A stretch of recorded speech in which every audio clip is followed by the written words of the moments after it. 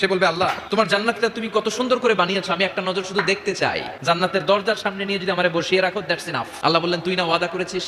সে বলবে আল্লাহ আমারে হতভাগা বানাইয়া তোমার কি লাভ? সুবহানাল্লাহ পড়ে। আমারে তুমি হতভাগা বানিও না। আল্লাহ বলে ঠিক আছে, আবার সিগনেচার কর যে জান্নাতের দরজার সামনে বসিয়ে দিলে আর কিছু চাবি না। সে সিগনেচার করে বলে আমি চাবো না। আল্লাহ বললেন জিব্রাইল বেচারারে ধরে জান্নাতের গেটের সামনে বসায় দে। এবার জান্নাতের গেটের সামনে বসে বসে জান্নাতের সৌন্দর্য দেখা শুরু করবে। সুবহানাল্লাহ।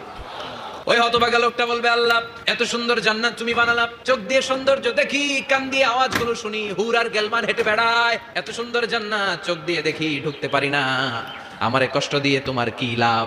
ও আল্লাহ আমারে তুমি মাফ করে দাও, জান্নাতের চিপার মধ্যে এক কর্নারে তুমি একটু আমারে জায়গা করে দাও। আল্লাহ বলবেন ওয়াই হাক ইবনা আদম, তোর ধ্বংস হোক হে আদম জাত, মা আগদারাকা, তোর যে বড় গাদ্দার আমি আমার সৃষ্টিকুলে কাউরে দেখি নাই, কারণ তুই আমার সাথে চুক্তি করিস আর চুক্তি ভঙ্গ করিস। আল্লাহর রহমতের দরিয়ায় তখন জোশ খেলে যাবে, ওর আকুতি মিনতি চাহনি আল্লাহর